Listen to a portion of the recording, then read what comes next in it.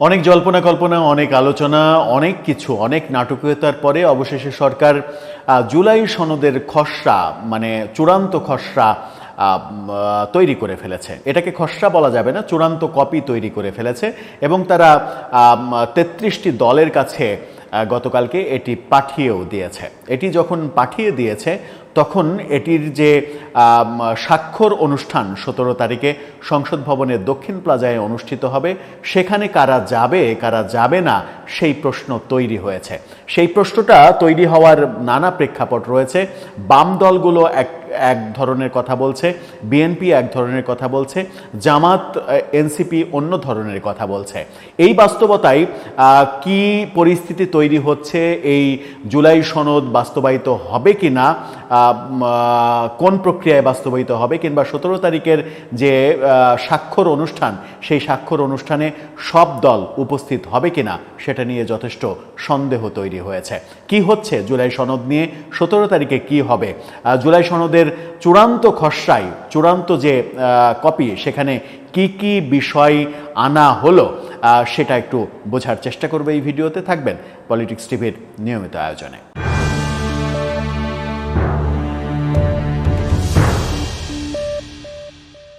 দর্শক, বলছিলাম জুলাই সনদ চূড়ান্ত হয়েছে। শুক্রবারে ১৭ তারিখে এটি আনুষ্ঠানিকভাবে স্বাক্ষর করা হবে দক্ষিণ প্লাজা সংসদ ভবনের। সেখানে ৩৩টি দলের নেতারা উপস্থিত থাকবেন।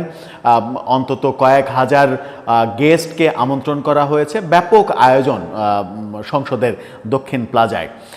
সেই আয়োজনকে কেন্দ্র করে যে সনদটা তৈরি করা হলো, যেটা ফাইনাল করা হলো, সেখানে আদতে কি আছে? ৭ দফা ৭টা পয়েন্টের অঙ্গীকারনামা আছে এখানে। এখানে সংবিধানের মূলনীতি পরিবর্তন করে ফেলা হয়েছে। সংবিধানের মূলনীতি যে গণতন্ত্র, সমাজতন্ত্র, জাতীয়তাবাদ, এগুলো বাদ দিয়ে দেওয়া হয়েছে। ধর্মনিরপেক্ষতা, গণতন্ত্র শুধু আছে, ধর্মনিরপেক্ষতা, সমাজতন্ত্র, জাতীয়তাবাদ এগুলো বাদ দিয়ে দেওয়া হয়েছে। সাম্য, মানবিক ন্যায় বিচার, এই ব্যাপারগুলো নিয়ে আসা হয়েছে। যদিও এই ব্যাপারগুলো ধার করা হয়েছে ১৯৭১ সালে মহান মুক্তিযুদ্ধের যে ঘোষণাপত্র, সেই ঘোষণাপত্র থেকে।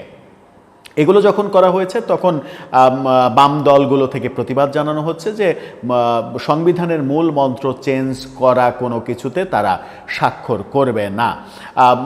এই ৩৮ পৃষ্ঠার যে খসড়া তো না, চূড়ান্তই, যেটা চূড়ান্ত করা হয়েছে সেগুলো দলগুলোর কাছে পাঠানো হয়েছে। সেখানে ব্যাপক বিস্তৃত লেখা ৭ দফার অঙ্গীকারনামা, কিন্তু এখানে বাস্তবায়ন পদ্ধতি কিভাবে বাস্তবায়ন করা হবে সেই ব্যাপারে কোনো কিছু নেই। অর্থাৎ জুলাই সনদ কি কি থাকছে, কোন কোন দলগুলো কোন বিষয়ে দ্বিমত জানিয়েছে, সেই সব কিছু এখানে অন্তর্ভুক্ত করা হয়েছে।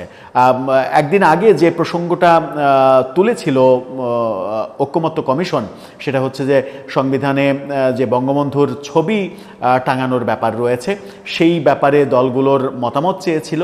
দলগুলো একদিনের মধ্যে সেই মতামতগুলো দিতে পেরেছে কিনা, সেইগুলো মানে এই বিশদ লেখায় শেষ পর্যন্ত কিভাবে ব্যাপারটা সংযোজন করলো সেগুলো আমরা এখনো নিশ্চিত হতে পারিনি।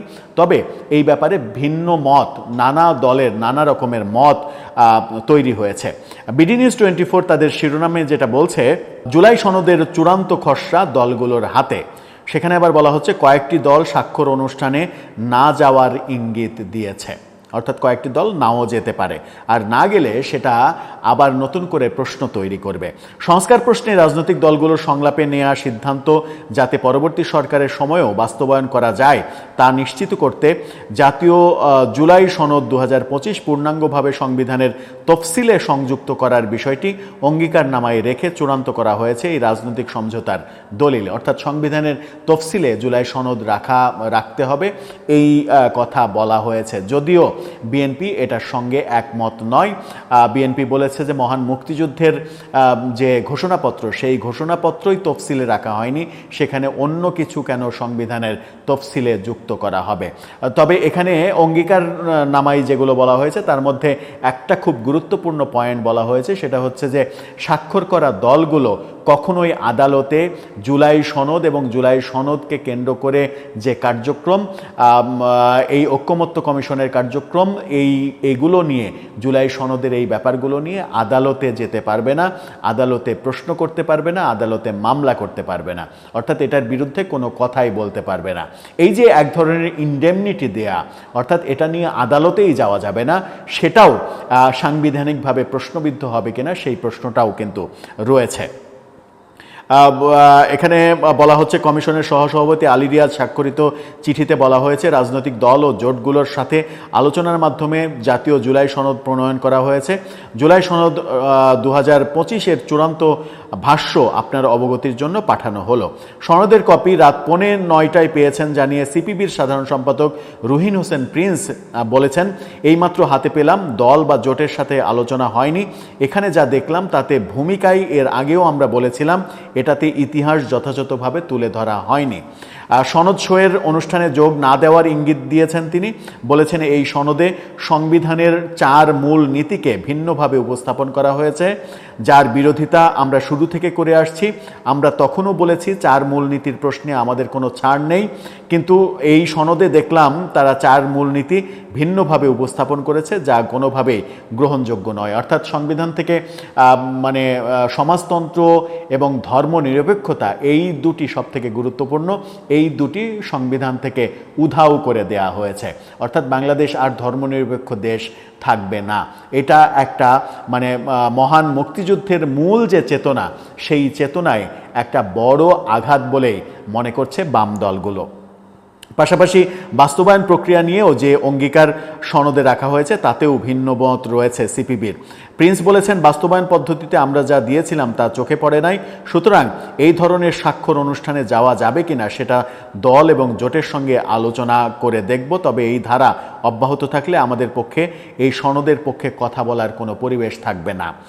সনদের কপি পাওয়া প্রসঙ্গে বাংলাদেশ লেবার পার্টির চেয়ারম্যান মোস্তাফিজুর রহমানও বলেছেন। বাসদ মার্ক্সবাদী সমন্বয়ক মাসুদ রানা বলেছেন, সনদের কপি পেয়েছি, তবে বাস্তবায়ন প্রক্রিয়ার জন্য যে অঙ্গীকারনামা দিয়েছে সেখানে আমরা শুরু থেকেই বিরোধিতা করে আসছি। আমরা স্বাক্ষর করে দিয়ে এলাম আর তারা তাদের মতো করে বাস্তবায়ন করবে, সেটা মেনে নেওয়া যায় না। সুতরাং স্বাক্ষর অনুষ্ঠানে যাব কিনা সেটা দল এবং জোটগতভাবে সিদ্ধান্ত নেওয়া হবে। অন্যদিকে বিএনপির স্থায়ী কমিটির সদস্য সালাউদ্দিন আহমেদ এটাকে স্বাগত জানিয়েছেন।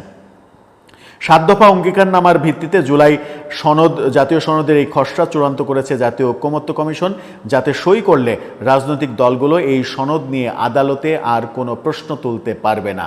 এটা খুবই গুরুত্বপূর্ণ পয়েন্ট। এই সনদ বাস্তবায়নের প্রতিটি ধাপে আইনি ও সাংবিধানিক সুরক্ষা নিশ্চিত করার অঙ্গীকার করবে দলগুলো। চূড়ান্ত খসড়ায় বলা হয়েছে এই সনদ পূর্ণাঙ্গভাবে সংবিধানের তফসিলে যথাযথভাবে রাখতে হবে। সনদে 12 দলীয় জোট সহ 33 দলের জুলাই সনদে একমত হওয়ার কথা বলা হয়েছে। মোট 33টি রাজনৈতিক দল এবং জোট এতে অংশগ্রহণ করেছে। রাজনৈতিক দলগুলোর মধ্যে প্রথম পর্যায়ের আলোচনা শেষ করে কমিশন অগ্রাধিকার এবং গুরুত্বপূর্ণ বিবেচনায় মোট 20টি বিষয়ে 30টি রাজনৈতিক দল এবং জোটের সঙ্গে দ্বিতীয় দফা আলোচনা করে। এখানে 84টি বিষয়ে ঐকমত্যের কথা বলা হয়েছে।